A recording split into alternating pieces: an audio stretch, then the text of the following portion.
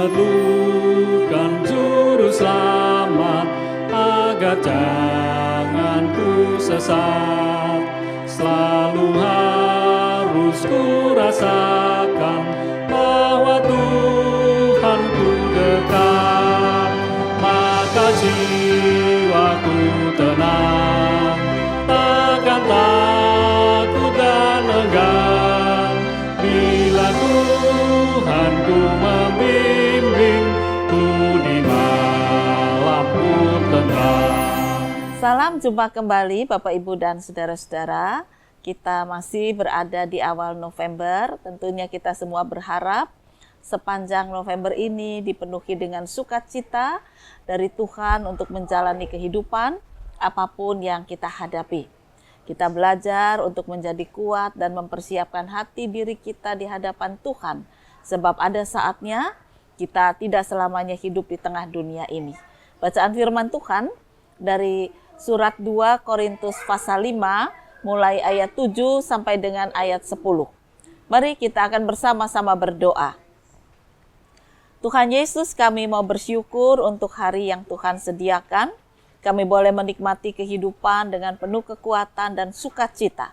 Namun ajarkan pada kami untuk kami selalu siap menghadapi segala sesuatu yang akan terjadi, yang tidak pernah terpikirkan, yang tidak pernah kami duga.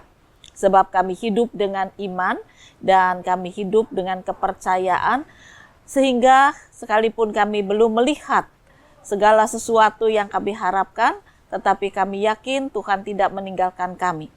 Berfirmanlah dengan kuasa Roh Kudus, supaya iman kami semakin diteguhkan. Kiranya Tuhan memberkati hamba-Mu ini dengan kuasa kasih dari surga. Inilah doa kami dalam nama Tuhan Yesus Kristus. Amin. Sebab hidup kami ini adalah hidup karena percaya, bukan karena melihat. Tetapi hati kami tabah, dan terlebih suka kami beralih dari tubuh ini untuk menetap pada Tuhan. Sebab itu juga kami berusaha, baik kami diam di dalam tubuh ini, maupun kami diam di luarnya, supaya kami berkenan kepadanya.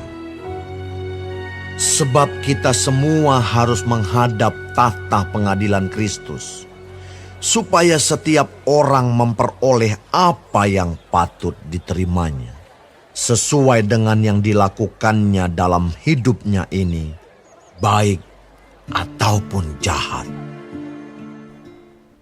Bapak, Ibu, dan saudara-saudara, kalau kita mendapat kabar baik, tentu kita senang, kita gembira gitu ya. Masyarakat semua juga kalau ada kabar baik, harga BBM akan turun, semua gembira ya. Berarti kita bisa menikmati kehidupan dengan tidak terlalu berat karena harga BBM itu tidak naik. Itu misalnya di tengah masyarakat. Lalu kalau kita mendengar berita bahwa gajimu akan dinaikkan, waduh, itu juga senang, itu kabar baik yang ditunggu-tunggu oleh sekian banyak karyawan. Tetapi ketika ada berita-berita yang tidak menyenangkan itu sampai kepada kita, nah kita katakan itu bukan kabar baik. Jadi kalau menguntungkan, menyenangkan, kabar baik. Lalu apakah kabar baik itu hanya sebatas itu? Bapak, Ibu, dan saudara-saudara, beberapa waktu yang lalu seorang kenalan itu memberikan sharing pada saya. Dia katakan begini, saya pernah loh Bu ditugasi, artinya dia sedang berdoa, lalu dia merasa Tuhan itu mendorong dia melalui doanya untuk datang pada seseorang dan menyampaikan kepada orang itu bahwa dia harus bersiap karena waktu kehidupannya sudah hampir berakhir. Nah, kenalan itu tidak berani menyampaikan berita seperti itu karena dikatakan itu pasti bukan kabar baik ya. Itu pertama. Nah, yang kedua, saya mendampingi seorang yang sedang sakit, lalu kondisinya sudah menurun, dan saya mengatakan, tante berserah ya pada Tuhan, tetap percaya Tuhan Yesus. Nah, keluarganya ada yang tidak suka. mengatakan jangan begitu, kita harus berdoa dengan iman supaya orang ini sembuh dan sehat. Ya, ya tidak salah, tetapi apakah kalau kita memberikan gambaran, memberikan satu wacana bahwa kalau kondisi memang sudah menurun dan dokter juga sudah memberikan tanda-tanda, apakah tidak baik mempersiapkan orang itu? Kalaupun nanti Tuhan memberikan kesembuhan secara ajaib, oh puji Tuhan. Tetapi tidak berarti kemudian dia dibiarkan saja tanpa persiapan apa-apa. Nah, kalau kabar seperti itu dihitung sebagai kabar baik atau kabar kurang baik? Ada yang bilang itu kabar kurang baik. Mengapa? Sebetulnya menurut saya itulah kabar baik. Jadi kabar baik bukan kalau gaji naik, tetapi ketika Tuhan mempersiapkan diri kita dengan sungguh-sungguh, bahwa memang ada waktunya manusia itu harus meninggalkan kehidupan ini.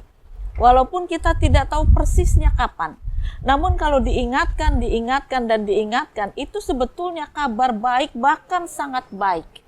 Karena mau mempersiapkan kita dengan sungguh-sungguh untuk melihat kerajaan yang mulia secara roh kita, secara kehidupan abadi dan kekal. Karena firman Tuhan mengatakan kita ini hidup oleh percaya, bukan melihat. Memang dijanjikan orang yang percaya, orang beriman akan mendapatkan kehidupan kekal. Surga seperti apa?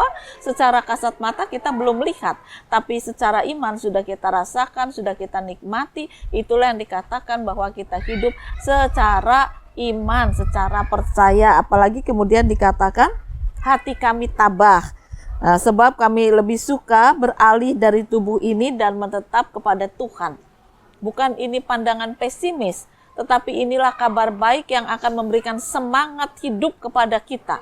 Mengingatkan, hari ini aku harus hidup dengan kebaikan, kejujuran, kekudusan.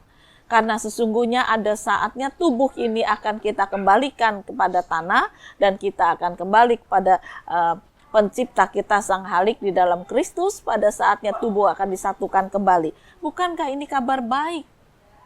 Hal yang menyenangkan seharusnya. Sehat atau sakit, kalau kita mendapat berita seperti ini, harusnya kita gembira. Aduh Tuhan, terima kasih, saya diingatkan.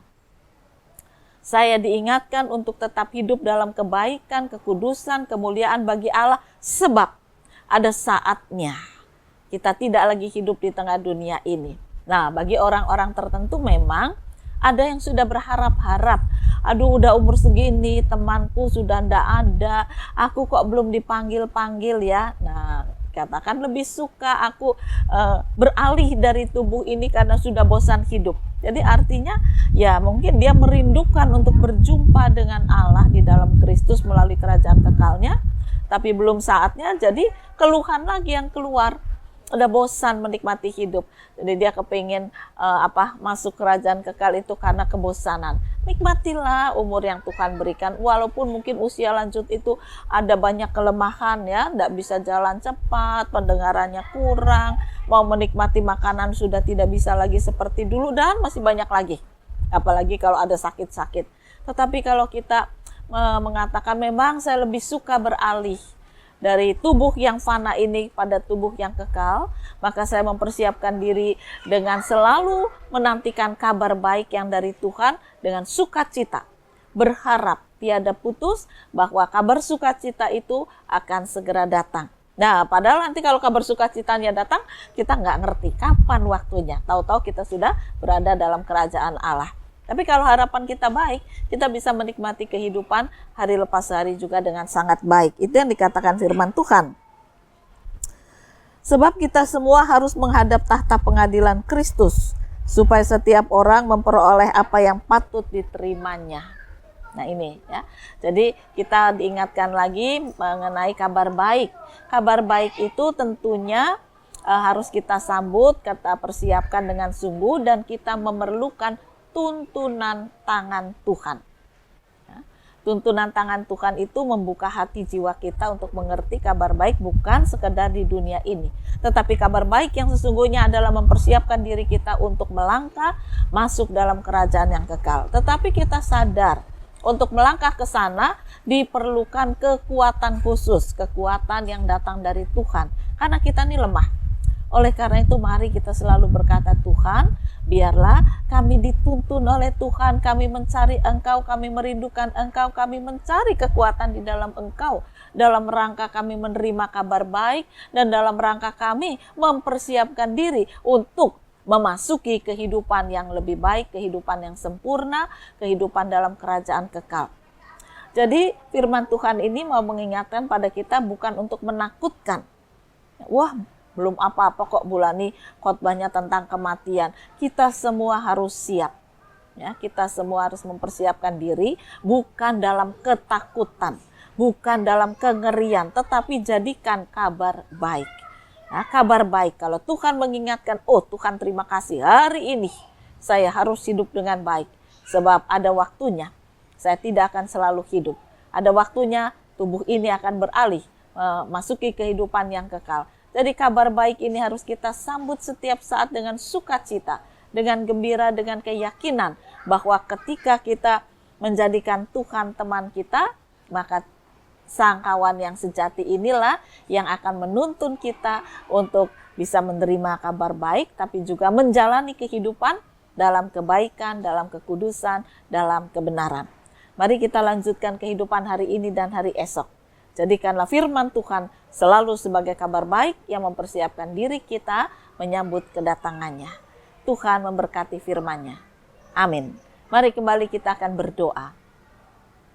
Tuhan Yesus, biarlah kami bersuka cita ketika kami menerima berkat firman Tuhan, sekalipun itu mengingatkan akan kehidupan kekal kami, tetapi kami tidak dibayangi ketakutan maut, sebab kami sadar bahwa kami hidup di dunia ini sementara dan kami akan menerima kabar baik pada saatnya untuk memasuki kehidupan kekal. Biarlah firman-Mu menguatkan kami, firman-Mu menghibur kami, menuntun kami setiap saat hidup dalam kebaikan, hidup dalam kekudusan. Kiranya Roh Kudus-Mu menopang, menghibur, menguatkan kami. Inilah doa kami dalam nama Tuhan Yesus Kristus. Amin.